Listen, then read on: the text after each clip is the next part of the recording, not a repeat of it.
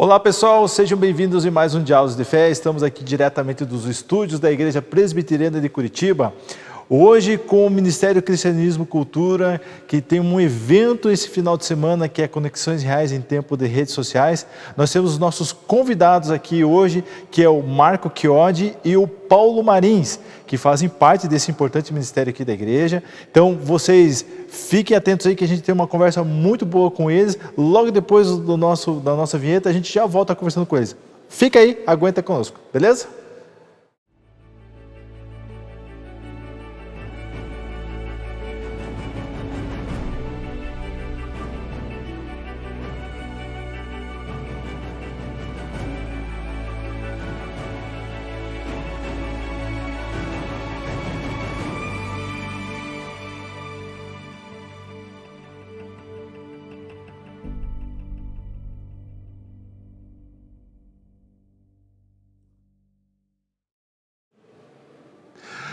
Olá pessoal, então voltamos aqui com o nosso Diálogos de Fé, com um assunto muito interessante que nós vamos conversar. Tem este evento, né, que vai acontecer esse final de semana na igreja. Então hoje é um programa gravado, nós estamos fazendo aqui nos nossos estúdios da igreja, né, o Ministério do Cristianismo e Cultura tem trazido muitos temas importantíssimos para a igreja, né, como eles têm também trabalhado junto com a Juventude Central. Então hoje, né, vamos estar transmitindo esse programa. Então você, depois se você quiser, você pode mandar as suas dúvidas, perguntas para o Marco e para o Paulo, né? Mas já fique atento que a gente vai falar muito sobre os eventos desse final de semana.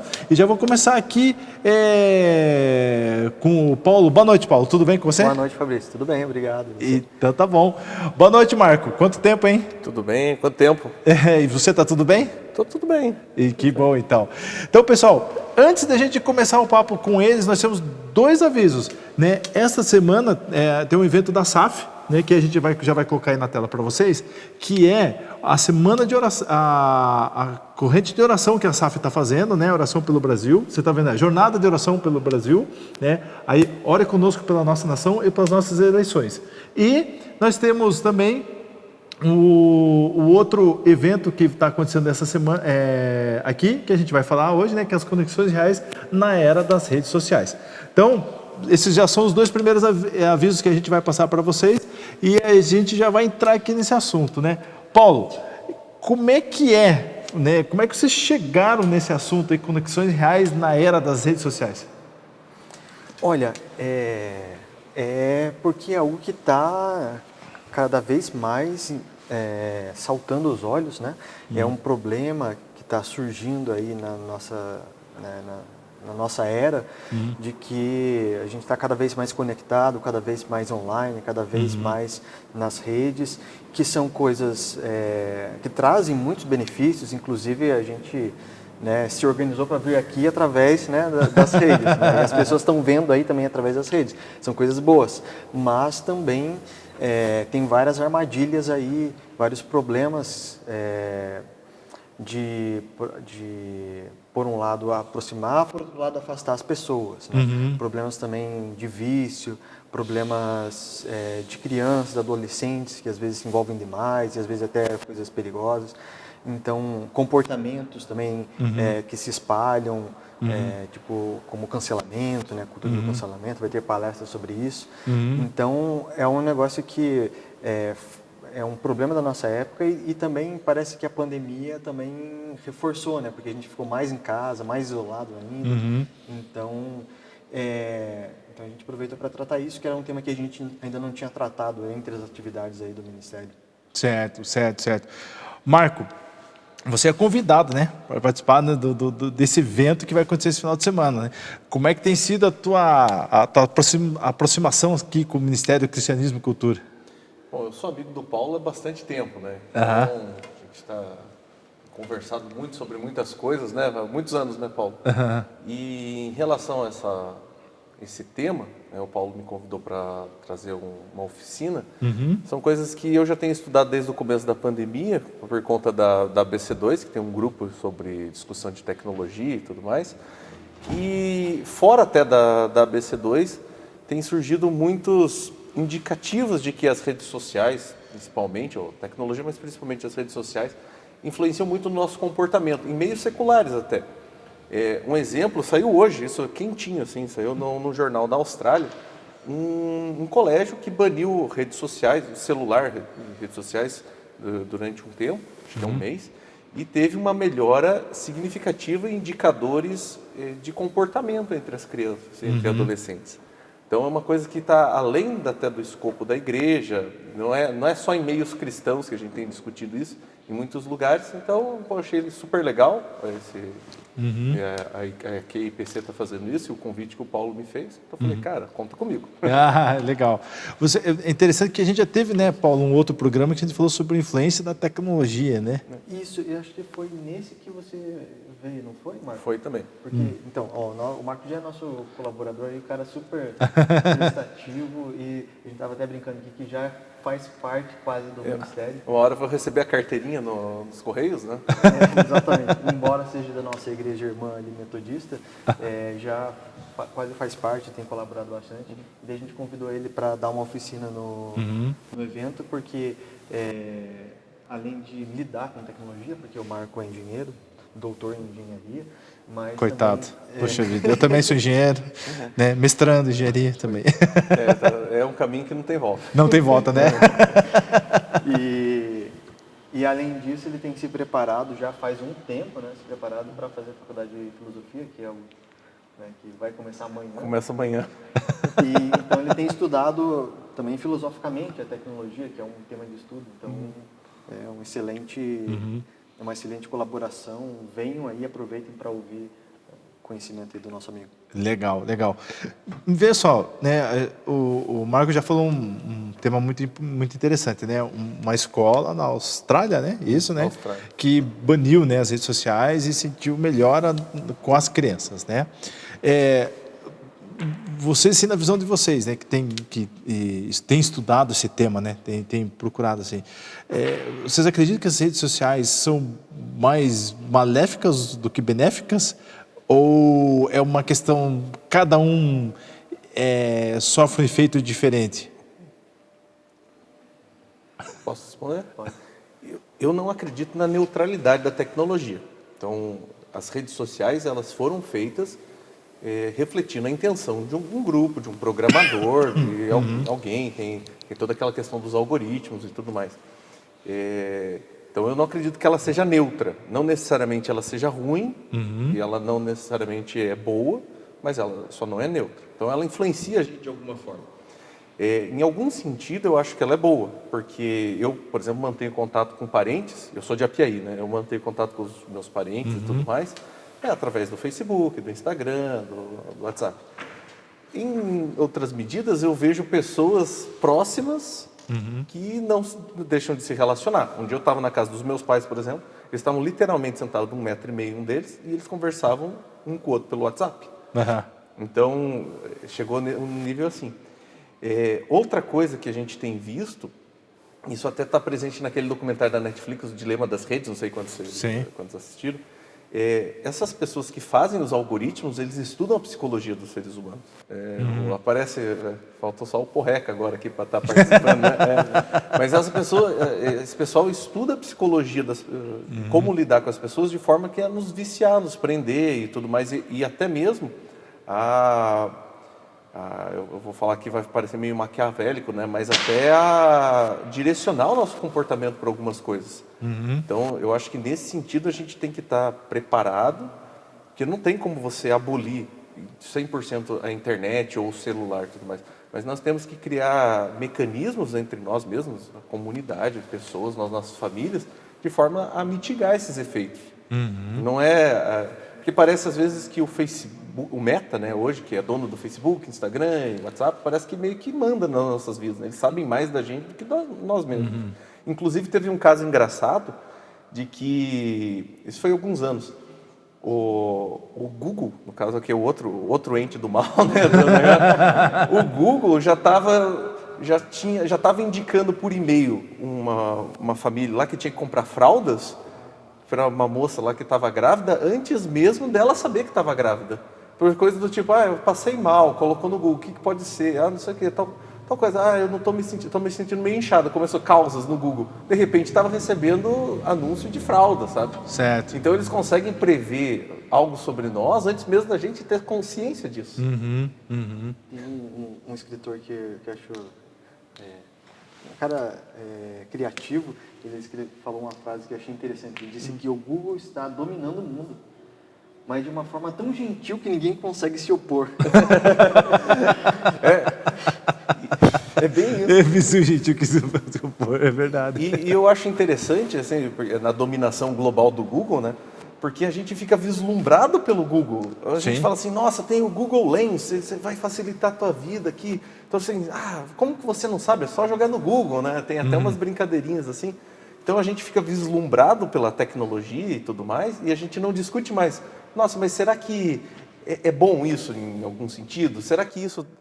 O que a minha rotina está mudando por conta da tecnologia? Será que está correto eu deixar ela entrar tanto na minha vida? Então, eu acho que são perguntas que a gente tem que fazer e a gente não está fazendo.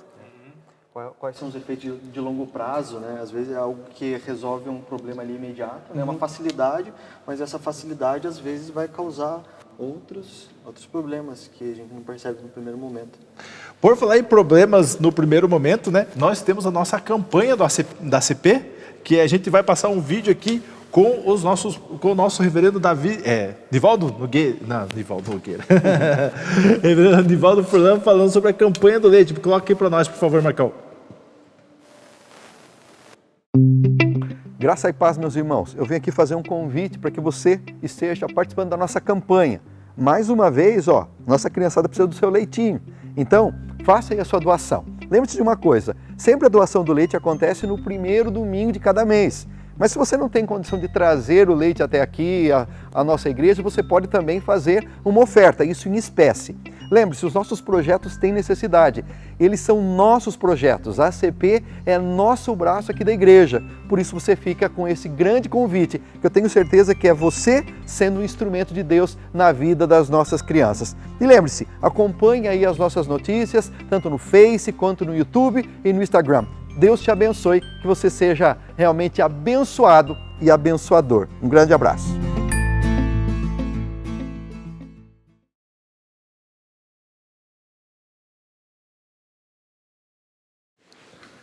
Então vocês viram aí a nossa campanha do leite com o reverendo Nivaldo Furlan, né?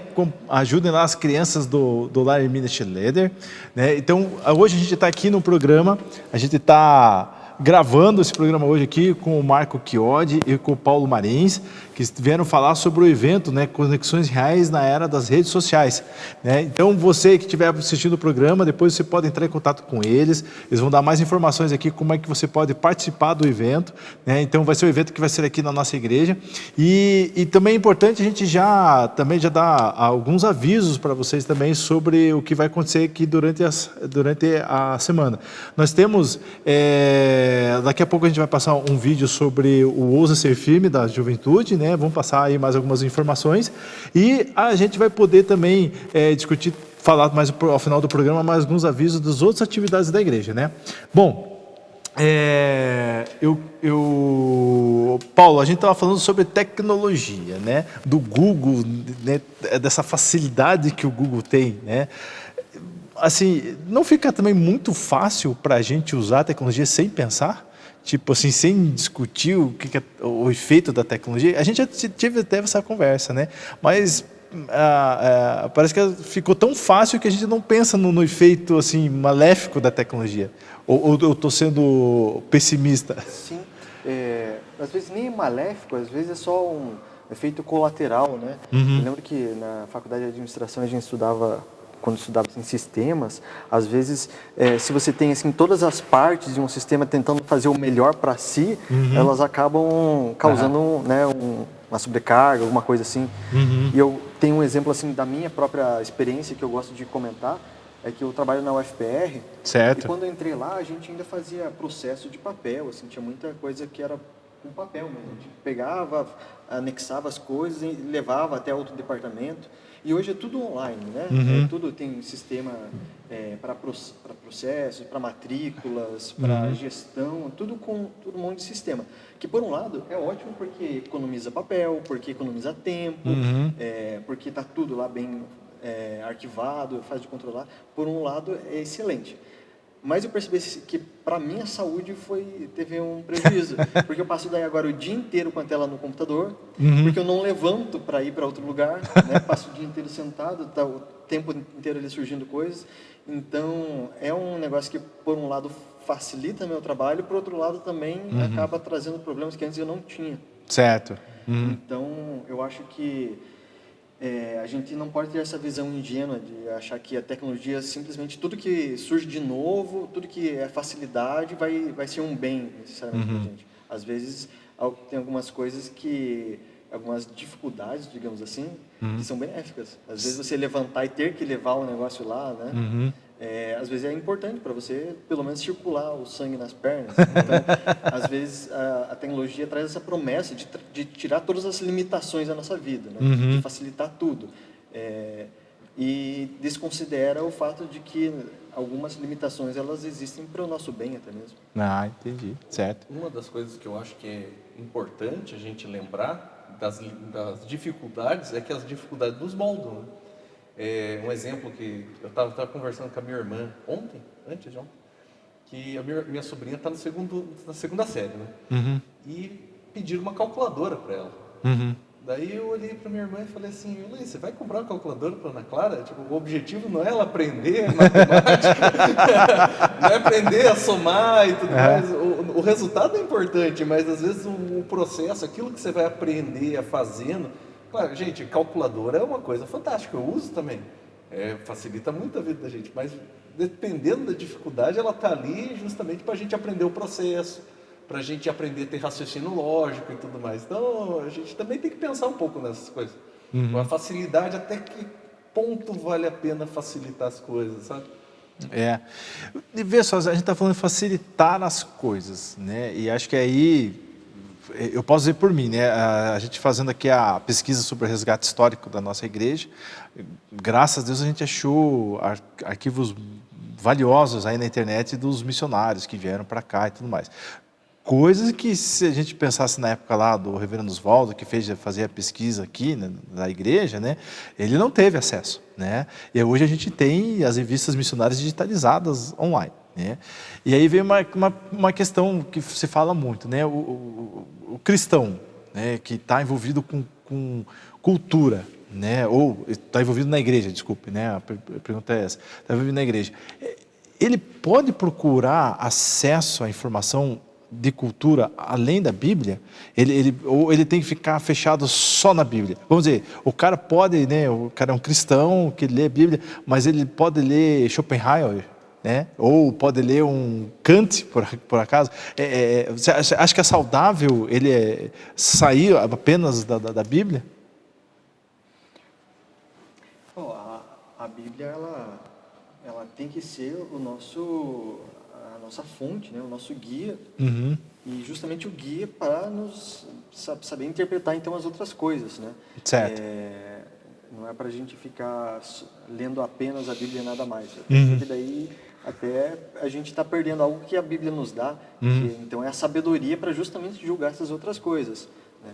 O que a gente não deve fazer é buscar em outras coisas algo que vá complementar a Bíblia, né? Colocar algo no mesmo nível, né? Ou, como muitas pessoas às vezes acabam fazendo, de pegar outras ideias, outras autoridades daí para julgar a Bíblia ali, né? Então, claro, é uma questão de fé, né? Nós, como cristãos, cremos que a Bíblia é a revelação de Deus, é a palavra de Deus, mas isso então nos dá também a segurança para saber de que ela nos dá os princípios, os conhecimentos, tudo que a gente precisa para então olhar para fora, né, para o mundo, para a sociedade, para a história, para a filosofia, para a cultura, para a arte, e não receber essas coisas de uma forma passiva, mas de receber tudo de uma forma crítica, vendo o que há de verdade, né, nos filósofos, religiosos e também tomando cuidado, então, para não ser influenciado negativamente. Certo, certo. Não sei se o Marco concorda com isso. Não, discordo, brincadeira. Concordo, tudo que o Paulo falou. Até eu estava pensando aqui num exemplo que era, para citar um autor bem famoso, que é o Schaeffer, tem aquele Arte e a Bíblia, né? Que é sobre a arte que é cultura, né? Que Deus pede essas coisas, né? Artefatos culturais e tudo mais. E quando ele manda, por exemplo, os artesãos fazerem as coisas para estar no templo, eles não foram no texto sagrado para descobrir como que o cara fazia uma escultura, fazer uma coisa. Ele foi através do conhecimento que estava disponível para ele, como meio secular, né? Então, eu penso dessa forma. Até mesmo a linguagem que a gente aprende para ler a Bíblia, a gente não aprende na Bíblia, né? A gente aprende com outras coisas que não são da Bíblia. Certo. Tem acho que é um grande equívoco, né? Assim que muitas pessoas colocam, taxam assim, o cara é crente, o cara não tem cultura, né? Ainda mais a gente está vendo ainda mais no Brasil, né? Que hoje a coisa está fervilhando, né? Mas a gente sabe, por exemplo, que tem que nem a ABC2, né? Associação Brasileira de Cristãos na Ciência, né? Que até eles deveriam vir, né? Aqui falar sobre esse tema de novo, né, Paulo? O que você acha? Podemos fazer. Né, podemos fazer, né, Marco? Acho que a gente deve falar sobre ciência e fé. Já tivemos 3 vezes, mas acho que já está na hora de trazer o pessoal da BC2 de novo, né? Começou esquecendo, né? Então tem que ir de novo. Então. Que a gente vê assim, que a BC2 tem feito um trabalho muito importante, né? De trazer a informação, fazer essa ponte que erroneamente hoje dizem, né, que não existe entre ciência e fé, não se conversam, né? A gente já teve aquelas outras vezes que a gente viu que justamente grandes cientistas do passado e hoje são cristãos, né? São cristãos. E você vê que eles têm cultura, né? Eles têm conhecimento, né? Na visão de vocês, assim, como é que poderia fazer para que digamos assim, esse estereótipo que o crente é ignorante, que o crente não tem cultura, como é que a gente poderia trabalhar um pouco mais esse tema, que as pessoas vissem, não, poxa, eles não são ignorantes, são pessoas que têm cultura. Tem vocês já chegaram a pensar nesse tema, assim, de ver, como é que a gente pode fazer para evitar cada vez mais esse estereótipo que é criado entre a gente, né? Tem uma resposta? Eu tenho um ministério, cara. Eu só complemento. Olha, em primeiro lugar, eu acho que a gente tem que admitir que esse estereótipo, infelizmente, ele tem um motivo, né? Tem fundamento. Ele não é correto, obviamente, não é verdade, né? Que ser cristão é ser, né, ignorante, de forma alguma, né? Nada mais errado do que isso. Mas, infelizmente, né, pelo menos aqui na nossa sociedade, no Brasil, atualmente, tem em setores evangélicos, tem muito disso, né? De se fechar para o mundo.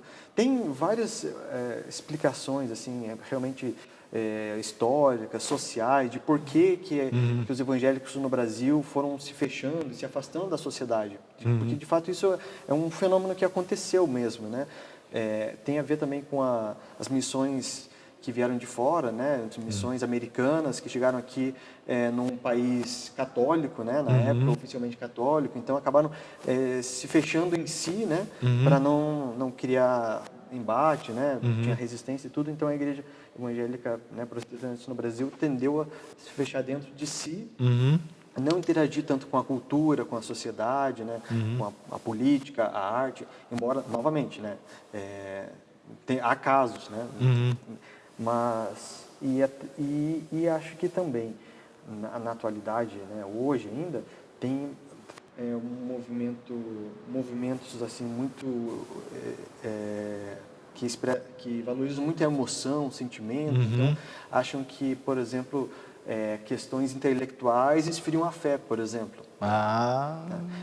Tem aquela ideia também, tem muita gente que diz que assim, que a teologia mata a fé. Isso...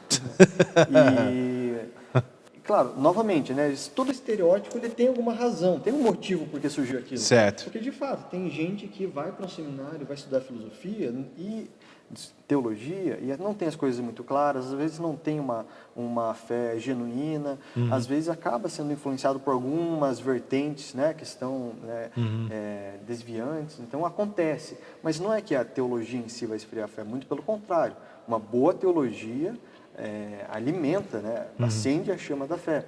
E assim também, não é que coisas racionais, né, o conhecimento vá contra a fé, muito pelo contrário, isso alimenta ainda mais. Mas, infelizmente, existe isso, e a gente tem que mudar essa realidade mesmo. Certo, certo. Sobre esse negócio da teologia, eu acho que a boa teologia, ela apaga fogo de palha. E não, sabe, esses movimentos muito novos, que tentam trazer muitas inovações que não necessariamente são bíblicas, uma boa teologia vai conseguir filtrar esse tipo de coisa. Sobre isso que você estava falando, que o Paulo falou que, infelizmente, existe casos, né, que acabam embasando o estereótipo. Eu lembro que quando eu era adolescente, eu passei em física, né, na UEPG, morava lá em Apiaí, e um senhor chegou para mim e falou assim: você vai para a faculdade, vai virar ateu, porque você vai estudar física. E nós temos vários casos de físicos que são crentes. O Polkinghorne, né, é físico, né, que é um cara que o Paulo já trouxe para a BC2 o livro dele. Um físico, assim, um topo de carreira lá de Oxford, que resolveu se tornar pastor. Então foi fazer teologia. Então ele era professor ocupava a cadeira de Isaac Newton. Certo. E resolveu Nossa, fazer cara. teologia e se tornar pastor, anglicano. Você veja, não é qualquer físico, né? Um baita de um físico. O cara só ocupou a cadeira do Newton, né? Lá em Oxford, tipo, coisa pouca, né? O Newton, que também era cristão, né? Exatamente. Também era cristão do jeito dele, mas ele também era cristão. Mas eu que sou de tradição wesleyana, John Wesley, que influenciou muito o evangelicalismo, ele incentivava uma vida intelectual. Ele tinha se você olhar lá na introdução daquele livro Filosofia e Cosmovisão que tal do Craig, tem uma citação do John Wesley lá sobre ele incentivava os pregadores a estudar filosofia, estudar lógica. Aquilo é assustador. Eu li aquilo no seminário e pensei, meu Deus, eu sou um lixo. Você tinha que estudar filosofia natural, você tinha que dominar a lógica, você tinha que dominar, assim... Não, pra você ter uma ideia, né, já que eu estou falando disso, John Wesley trocou cartas com aquele cara da eletricidade, quem que é? O Franklin. Benjamin Franklin. Ele trocou cartas com o cara. Então, assim, um crente, era um pastor que ele conhecia esse tipo de coisa. E é um dos pais do movimento evangélico. Olha só. Você vê, o Roger Olson coloca ele como um dos 3 pais do movimento evangélico. Então, assim, todos os evangélicos, não só no Brasil, né, deveriam entender que buscar cultura, buscar conhecimento não é algo ruim. Nós estamos falando de um dos caras que é pai do evangelicalismo e ele trocava cartas sobre física, sobre medicina, falava sobre lógica e tudo mais. Ele dominava a música, não tão bem quanto o irmão, mas ele manjava também. Que joia, que joia. Então, é que a gente já teve na outra vez que a gente conversou, né, Paulo, que o apóstolo Paulo, né, ele pede também, né, agora eu não lembro onde que ele estava, que ele pede para mandarem os livros para ele também, né, ou seja, era o apóstolo, né, que andou com Jesus, né, e ele estava lendo outros livros da sua época, né, outros escritores dessa época, né. Sim, inclusive ele cita, né, lá em Atos, né, Atos 17, que conta que ele foi lá em Atenas, e daí ele prega lá no Areópago, daí chamam, né, para ouvir, e ele faz aquela pregação, e ali ele cita alguns textos, a gente lendo não percebe, porque não tem, na época não tinha referência da BNT. Né? Será que Paulo cometeu plágio?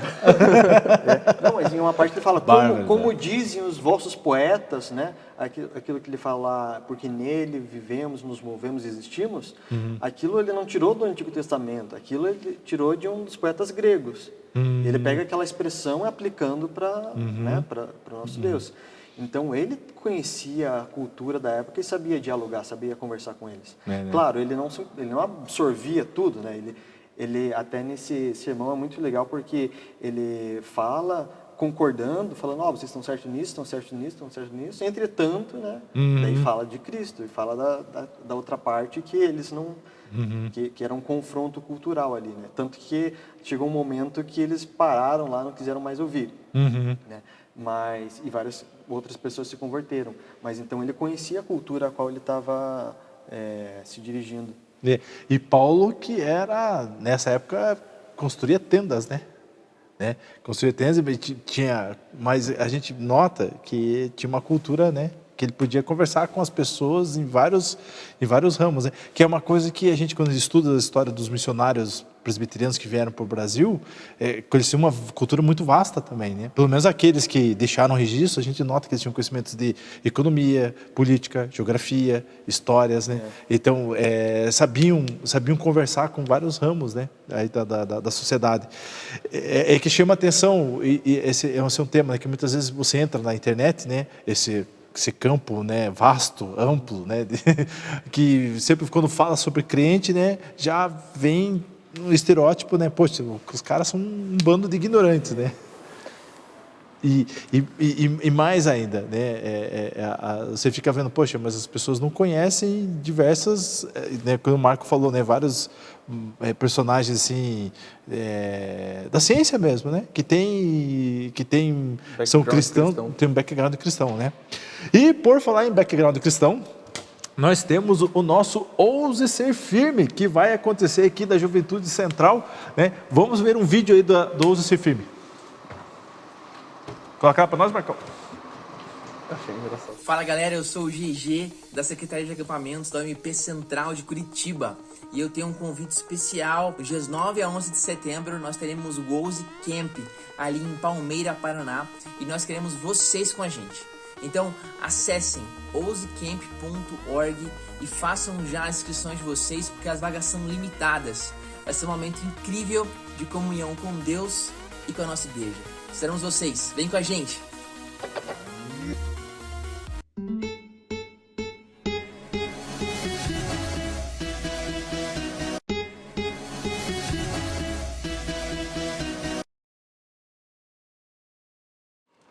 Bom, pessoal, vocês viram aí o vídeo do Ouse Ser Firme, né? Tem ali todas as informações sobre a inscrição, mas nós temos um ponto muito importante, né? Você adote o acampante. Coloca a arte para nós, Marcão, para a gente falar um pouquinho sobre esse tema, né? Lá só um pouquinho. Adote o acampante. Ajude o acampante que não tem condições de pagar. Você pode ajudar com qualquer valor. Pessoal, qual que é o objetivo desse aí, né?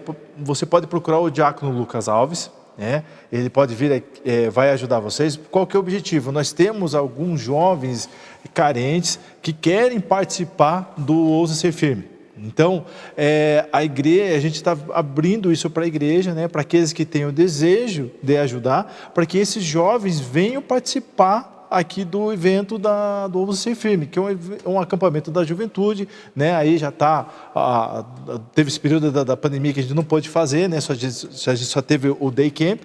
Então, se você que tem o desejo de ajudar um acampante que não tem condições de participar, né, por falta de realmente recursos financeiros, então você procure o diácono Lucas Alves, né? Você pode mandar também uma mensagem pelo Instagram da Central, é central.ctba, né, lá. Você pode também procurá-lo, o diácono Lucas Alves, aqui na igreja, que ele vai passar todas as informações para vocês, tá? Amanhã, às 10 horas, nas redes sociais da Igreja Presbiteriana, né, aliás, quem está vendo esse programa já vai estar mais tarde, né? Mas vai estar nas redes sociais da igreja, lá também tem todas as informações, você pode ver lá. Então, tem essa campanha aqui, certo, Marcão? O que mais que nós temos lá? Temos algum aviso para agora ou não? Acho que não, né? Não. Então tá. Depois, mais para o final do programa, nós temos outros avisos. Por falar em avisos, né? Vamos falar agora sobre o evento do final de semana. Que é no sábado, certo? Isso. Que horas que começa? Começa às 9. Então, deixa eu ver aqui. Eu tenho a programação aqui. Eu queria até comentar uma coisa. 9 horas. Sobre tecnologia, né? A gente estava falando sobre os efeitos nocivos e queria comentar que Platão, lá pelo século V a.C., né, mais ou menos? Não estava vivo. Ele... Não é da tua época, né? Não é da minha época, é mais velho. Ele dizia que a escrita, né, o uso da escrita fazia com que as pessoas perdessem a habilidade da memória. Certo. Então, ou seja, já naquela época já... imagine hoje, né? Nesse... Então, eu trouxe aqui a programação do evento no celular justamente para não falar bobagem. Não... Certo. Mas assim, ó, vai começar às 9 horas, tá? E vai até às 4 da tarde.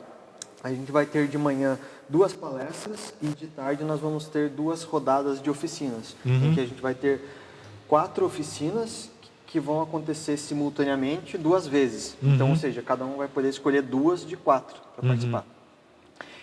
Eu queria deixar bem claro o seguinte, o evento é conexões, né, reais na era das redes sociais. Certo. A ideia é falar sobre conexões reais, mas não só falar sobre como né, fazer conexões reais. Então, é um evento que a ideia não é simplesmente dar né, uma palestra, informar as pessoas, até porque hoje em dia né, você entra aí no YouTube, tem um monte de palestras, se você pesquisar pelo tema, você encontra um monte de coisa melhor do que o que a gente tem aqui. O que você não vai encontrar é o contato, né? Poder né, ver aqui o Marco em carne e osso, pegar nele aqui. Eu vou falando que não é bom ficar pegando, não. Mas, ou seja, a ideia é assim, fazer um evento em que a gente tenha bastante diálogo, que a gente possa conversar, né? As oficinas são justamente por isso, porque daí tem a parte da palestra, né? Que é mais... alguém falando, mais expositivo, vai ter momentos para perguntas, mas depois na oficina também a gente é mais interativo, né? Daí vai ter um café, né? Um coffee break ali de manhã no meio das palestras, que a gente vai tomar café, conversar. O horário do almoço também é um tempo para a gente aproveitar, socializar, né? Almoçar juntos aí por aqui, nos restaurantes da rua. E daí depois também quando terminar o evento também a gente vai ter um último cafezinho para quem quiser ficar ali, a gente aproveitar para ter conexões reais. Né? Certo. Foi por isso que, inclusive, a gente optou por não transmitir o evento. Ótimo. Porque ninguém mais aguenta evento online, né? Ninguém mais aguenta evento online. Isso a gente quer estar junto, a gente quer ver as pessoas. Legal. Ou seja, é um espaço de comunhão entre os irmãos. Tem esse fundo também de fazer com que as pessoas, né, você acabou de falar, né, que as pessoas se conheçam, né, vejam, né. Eu não quero tocar no Marco, né, mas tudo bem, né. Eu acho que isso faz falta, que na pandemia a gente ficou fazendo tudo online, né. Teve culto online, teve a polêmica dos sacramentos online, teve tudo online. Daí quando a gente voltou, ainda tá ainda, tem lugar que não voltou, tem lugar que está assim por causa da pandemia, né, mas agora tá tudo ok, né? E pelo menos eu senti muita falta de eventos presenciais. Sim. Eu senti muita falta de ir trabalhar, de pegar ônibus. Eu fiquei com muita saudade de pegar ônibus, vocês não têm ideia. Sabe? De você olhar o busão e o busão te deixar, sabe? Isso... Sabe? E você ir tomar um cafezinho com o cara, com o teu colega de trabalho, e sai muita coisa, às vezes, de uma conversa informal, você descobre muitos problemas, como resolve muita coisa que online não tem como você fazer. É só ver o pessoal que vai assistir isso depois, só lembrar, cara, qual que é a diferença entre vir assistir um culto online no YouTube e participar mesmo de um culto? É muito diferente. Totalmente diferente. Totalmente diferente. Isso, totalmente diferente. Isso a gente... Né, a gente que estava aqui na linha de frente, né, a gente percebeu mesmo quando as pessoas estavam vendo online, achavam bonitos. Mas quando começaram a voltar, a emoção de assistir o culto ao vivo e ter a comunhão com os irmãos era outra experiência, né? Tudo bem, a gente sabe, né, que hoje aqui pela igreja tem essa experiência, né, que hoje a gente está alcançando pessoas em lugares muito distantes, né? Isso é até interessante, Paulo, até dá para falar aqui, né, que a gente acompanha nas redes sociais da igreja e as pessoas veem assim, nossa, que templo lindo, principalmente o templo histórico, né, ou ver lá o espaço de adoração. E as pessoas veem, pô, eu quero conhecer essa igreja. E vem sempre às vezes uma pergunta, mas eu posso conhecer a igreja, mas eu não sou membro, eu posso ir? Claro que pode, claro que pode. E é tão curioso que quando vem, elas colocam nas redes sociais, que às vezes, nossa, que igreja acolhedora, que igreja boa, que legal, isso aqui. Agora, hoje mesmo, um pouquinho antes que a gente começar o programa aqui, tinha uma pessoa que falou, não, eu estive visitando, achei a igreja muito linda e gostei muito do acolhimento das pessoas. Então, esse é o lado benéfico, né, das conexões pelas redes sociais, né. Acho que o importante é a gente não inverter as coisas, né? O mundo real é esse aqui. É o mundo real. É o mundo real.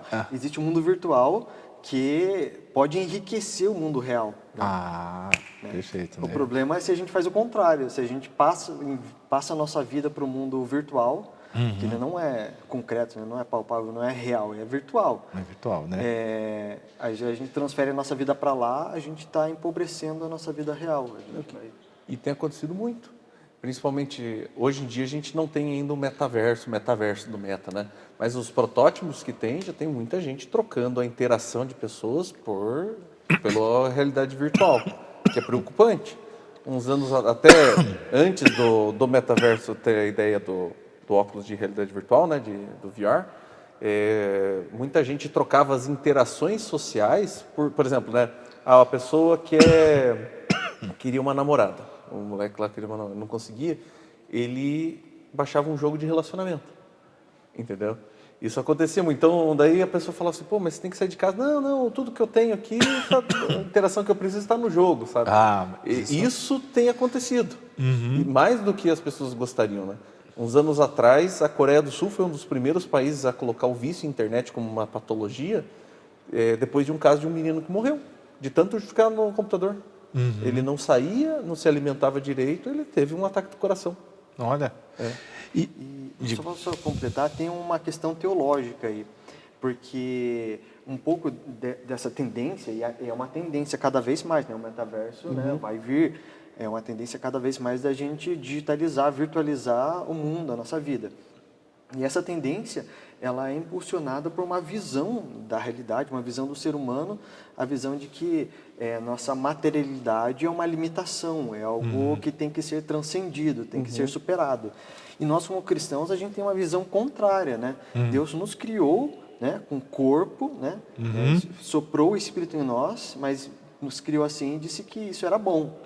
E Jesus Cristo, né, que é o Verbo de Deus, ele assumiu a forma humana, assumiu o corpo, né, e ressuscitou em corpo. Então, para nós cristãos, a gente não pode perder de vista que ser material, ter um corpo, né, a gente não tem um corpo, a gente né, a gente é um corpo com alma, espírito. Independente aí se você é dicotomista, é outra história, mas o fato é que essa limitação de estar aqui não é algo que diminui, né, o nosso valor, não é algo ruim, é algo que a gente precisa aprender a utilizar, né, aprender a usar da melhor maneira, aprender a cuidar do corpo, e não só como um fardo, né, não carregar o corpo como se fosse um fardo, mas entender que é aquilo que Deus fez para eu ser. E daí... claro, né, mas Deus nos deu a criatividade para criar toda essa tecnologia e ela tem que servir, então, para nos melhorar como pessoas completas. Né? É interessante você ter falado desse negócio do corpo, né? Porque a nossa redenção, a ressurreição do corpo, a gente está até no credo apostólico, né? Creio na ressurreição do corpo. Nosso corpo, nós vamos voltar com o 2.0, né? Um corpo redimido. E a tecnologia, em certo sentido, ela traz uma promessa de redenção do corpo, sabe? Parece que é uma expectativa que a tecnologia tem, que todos nós temos, porque é uma promessa de Deus, né? Que nosso corpo será redimido, nós vamos vir com um corpo glorificado. E me parece que, às vezes, eles tendem esse pessoal que é o movimento transhumanista, que é o nome, venha no dia lá você vai descobrir o que é. Esse movimento transhumanista, ele tende a trazer promessas de cunho religioso, sabe? Quando, tipo assim, o teu corpo aqui é uma limitação, nós podemos redimir o teu corpo através de tal tecnologia. Então, nós, como cristãos, a gente tem que estar atento a isso. Essas promessas que são feitas em relação ao corpo são promessas que a Bíblia já traz, e o lugar correto do cumprimento delas é em Jesus. E não através do Elon Musk ou do Steve Jobs. Steve Jobs já morreu. Desses outros caras. E mesmo explicitamente, né? Tem gente que defende que a ciência vai resolver o problema da imortalidade. Sim. Então é uma forma de salvação pela tecnologia, pela ciência. Sendo que não tem lógica nenhuma, né? É que eles veem a morte como só um problema de cálculo, sabe? É do tipo assim, porque você tem uma visão... Se a gente pensar nos nossos computadores, né? Pifou tal coisa, você só troca. Então, assim, você pode continuar mantendo o funcionamento, porque para eles, para o pessoal, como eles não têm uma visão holística do ser humano, para eles o ser humano só é o cérebro. Então tudo você pode trocar. Não tenho, perdi o braço, coloca uma prótese, perdi não sei o quê. O meu olho tá ruim, coloca um olho biônico, alguma coisa assim. Então você vai só trocando, assim, até que uma hora que o que sobra? É aquele problema filosófico do barco de Teseu, né? Você vai trocando, mas ainda é o mesmo barco, sabe? É interessante como a tecnologia traz essas promessas e a gente acaba se vislumbrando, porque acontecem muitas coisas legais. Você olha na televisão e fala assim, nossa, a pessoa voltou a andar, olha, um exoesqueleto, tal coisa. Mas só que chega um limiar entre a promessa religiosa na tecnologia.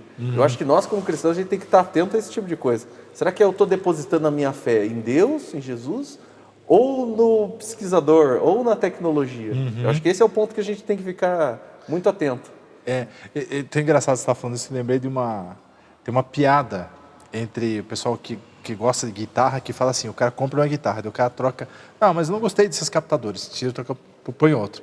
Daí o cara fala assim, mas não gostei desse escudo, o cara vai e troca outro. Daí ele fala assim, mas não está afinando direito, troca a ponte. Daí o cara fala, mas o corpo não está muito legal. Daí o cara fala assim, daí no final fala, não, mas os botões são originais. Tem uma série que tem na Netflix baseada no livro, chama Carbono Alterado. E é justamente isso com o corpo. O corpo é chamado de casca, se eu não me engano. Daí o cara, não gosta assim, eu sou gordo. Daí troca para uma casca mais magra, sabe? Então você vai trocando. Então, eu acho que esse que é o problema, que é o que o Paulo falou da questão do corpo, que a tecnologia tende a visão tecnológica do negócio tende a ter uma visão do ser humano como só o cérebro, e nem só o cérebro ainda, só o algoritmo que roda no cérebro, como se fosse um software, sabe? Então você pode trocar o software, coloca em outro hardware ali, baixa o teu cérebro, coloca lá e tá rodando, sabe? Então, tipo, faz o download do Paulo, pega coloca na câmera, ainda é o Paulo? Para essas pessoas, sim. Para essas pessoas, não é isso que eu estou defendendo. Né? Deixa eu aproveitar para acrescentar algo aqui, também sobre o evento, que tecnologia é um negócio que está associado mais a jovens, né? Gente que tem naturalidade com isso, né? Mas a ideia do evento também não é ser um evento para jovens, para gente só fanáticos com tecnologia, não é coisa de nerd. A ideia é para todas as idades e pensando também em paz, né? Porque cada vez mais as crianças também estão crescendo nesse mundo e também estão vulneráveis, né? Então, a gente quer também ajudar os pais a saberem lidar com isso, saber orientar os filhos. Inclusive, eu vou dar uma oficina, minha oficina é baseada nesse livro aqui, ó, Sabedoria Digital para a Família, né? Vamos trabalhar isso aqui. Não é um livro, não é só para pais também, é um livro que, mesmo para mim, foi muito instrutivo e é um autor cristão que ele vai falar, então, sobre como usar com sabedoria os equipamentos digitais. Legal, muito jóia.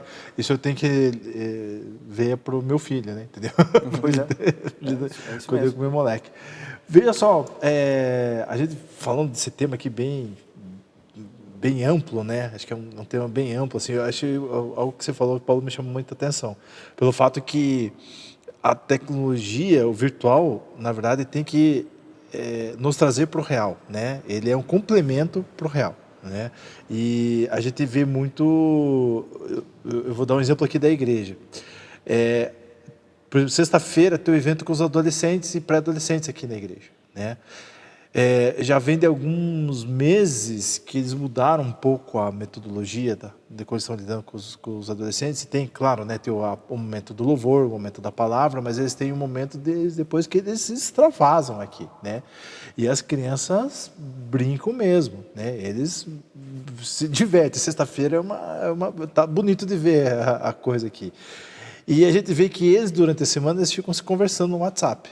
Mas chega na sexta-feira, é aquela farra, né?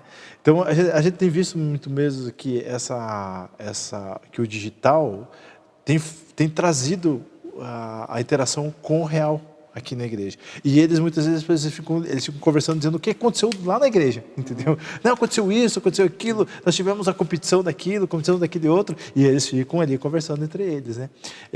A gente acaba sentindo isso, é palpável, né? Que é uma ferramenta para nos unir, Aí né? sim, exatamente. Ela alimenta isso aí, né? Muito jóia. Deixa eu aproveitar então para fazer uma última merchandising. Né? Que nada. Que tem um amigo nosso que está longe de nós e a gente tem grupos no WhatsApp, conversa, sempre tá trocando figurinhas, mas sempre que possível a gente busca encontrar ou se encontrá-lo, ou ele nos encontrar, e ele vai estar passando por Curitiba e a gente convidou ele para o evento. Então, o palestrante principal do evento, né, que o primeiro palestrante é o Luiz Adriano. Ele é professor de História em Toledo, na UTFPR, e ele trabalha com História e Filosofia da Tecnologia. Rapaz. Ele pesquisa isso academicamente, então ele vive isso. E sem contar que eu não sei qual que é a mágica que ele faz, que ele consegue, né, ler um monte de livros, trabalhar, escrever artigos, tudo. Teve um ano que ele leu uns 150 livros, né? Uns 150 livros por ano, e ser um pai presente, brincar com as crianças, jogar, sair, andar de bicicleta. Então, eu sempre fico tentando entender qual que é a mágica dele, né? Ele é um pós-humano. Humano, acho que ele não dorme, né? Não dorme, não precisa dormir, porque ele já não tem mais o corpo, sabe? Ele fez o download para outra máquina. Ele já é um exoesqueleto. Mas é um cara muito legal, muito gente boa, muito humilde, uma pessoa muito gostosa assim, de conversar. E a gente convidou, ele se dispôs a vir aqui porque ele gostou da ideia do evento, dessa ideia de ser um evento relacional. Então ele vai estar aí, e daí não podia deixar de fazer essa propaganda, né? Convidar o pessoal aí para prestigiar e aproveitar essa oportunidade única de conhecer o Luiz Adriano. Uma pergunta importante, Paulo. Quanto que custa para participar do evento? Então, essa é a parte complicada aí, né? Você pode pagar para mim aqui. Certo. Não, é totalmente gratuito. Não tem nada. É de graça? Não pode. Somente hoje. Somente hoje, né? As primeiras 200 pessoas que se inscreverem não vão pagar a inscrição. Não vão pagar a inscrição. Ou seja, turma, não tem desculpa para não vir no evento, certo, Paulo? Né? Certo. É de grátis. Só uma explicação, em alguma divulgação aí a gente colocou um link para inscrição, a gente teve a ideia de fazer isso para as pessoas se inscreverem, para a gente ter uma ideia, né, de quantas pessoas vêm, só que a gente acho que não divulgou muito bem isso aí, então não sei se as pessoas estão vendo. Então, se não se inscrever lá, não tem problema nenhum. Vem de qualquer forma, tá? Apareção aí. Se não puder vir de manhã e de tarde, o dia todo, venha para assistir uma palestra, venha para participar de uma oficina, venha estar com a gente. Muito jóia, muito jóia. Bom, gente, a conversa aqui está muito boa, mas a gente não pode dar mais spoilers, né? Porque já teve alguns spoilers, né, Paulo, aqui, né? Então a gente quer convidar vocês para virem, né, no evento no sábado, dia 13 de agosto, aqui na Igreja Presbiteriana de Curitiba. Vão ser lá nas salas, vão ser no pavilhão?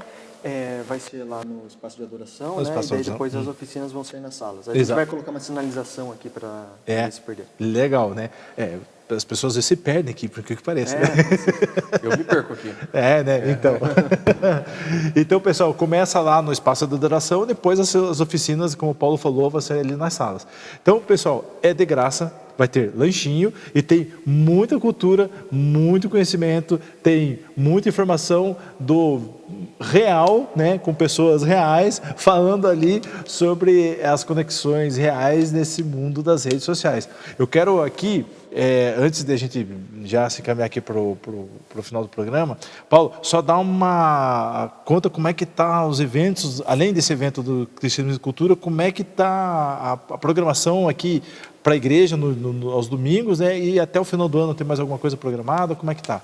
Olha, esse é o nosso evento, né, anual, né, que a gente tem esse propósito de todo ano pelo menos fazer um evento, uma conferência assim, grande, aberto, né, até para chamar público externo, que não seja pensado somente aqui para a igreja.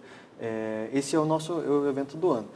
E daí o que a gente está fazendo, semanalmente, a gente tem parceria, né? Então, com a Mocidade, a gente tem a classe, na escola dominical, a classe Discípulos, em que esse ano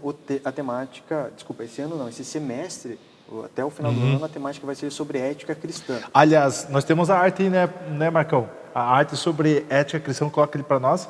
O Marcão já vai colocar ali para nós. Que é... Conta um pouquinho mais como é que surgiu a ideia de ter essa classe.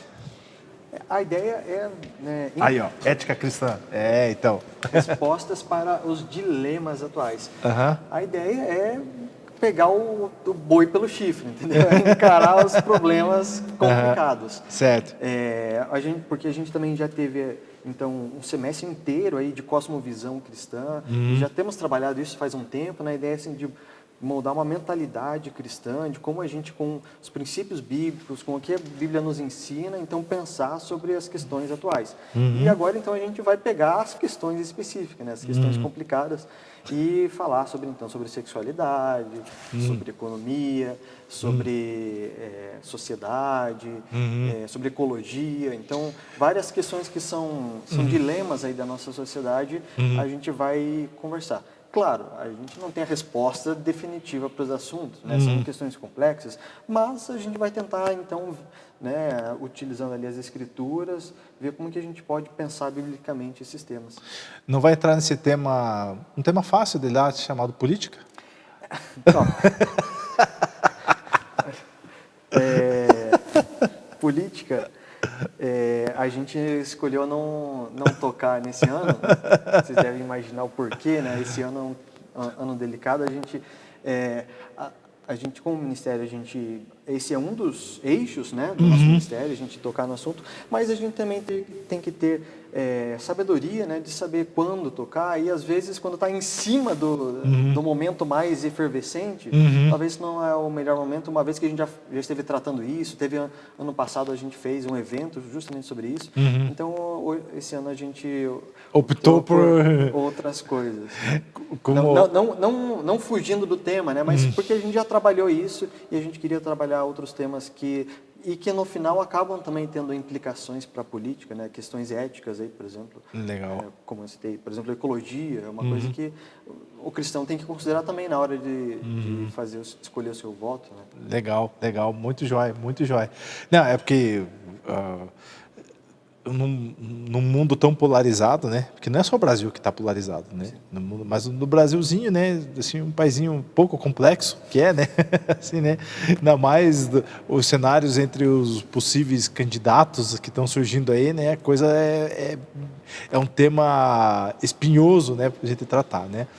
Enfim, mas Paulo, antes da gente caminhar aqui, uma última pergunta sobre o evento, né? Você já falou que é para qualquer idade, né? É de graça, mas se uma pessoa, poxa, eu não faço parte da Igreja Presbiteriana de Curitiba, como o Marcos Chiodi, que é da Igreja Metodista, certo, Marcos? Né?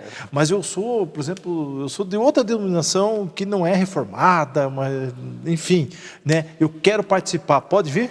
Mas é claro, com certeza, pode, e a gente pede que, por favor, venha para enriquecer também aqui, para a gente poder conversar, dialogar. Até ateu pode vir, Marco? Eu acho que pode. Eu até ia falar assim, tomara que possa, Paulo, porque eu convidei já o pessoal da minha igreja lá.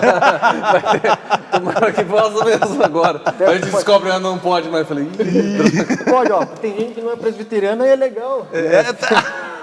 Aliás, eu apresentei o Marco aqui antes e eu esqueci de falar um detalhe, né? Um detalhe importante, que o Marco é um desses tipos de amigos assim que me envergonham, sabe? Passo vergonha com ele, porque eu fiz faculdade de teologia, né? Mas o cara sabe muito mais do que eu. Então. Eu fico, né? Não. Já citou o Credo aqui, John Wesley. Se pedir pra ele falar de Agostinho aqui, né? Não vai terminar o negócio. É capaz ele de dizer, tipo, a rotina de Agostinho de Hipona, que comia, entendeu? Aquela coisa toda, né? Quantos barris de cevada que ele recebia? Né? Não sei se ele recebia ou não, né? É uma questão interessante.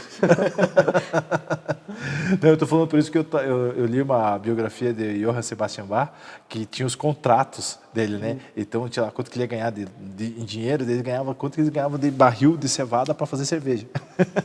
Sim. Né? Desculpa, né, fugir aí, mas já que o Ministério do Cristianismo e Cultura, estou lendo um livro atualmente, que chama-se Encontrando Deus numa Cervejaria. Opa! Aí agora a coisa começou a ficar interessante.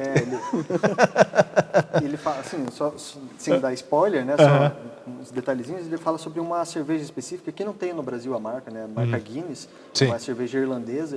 E ele fala sobre os fundadores e a família que eram cristãos, e eles tinham, né, o ideal deles e como eles faziam a diferença nos negócios, né?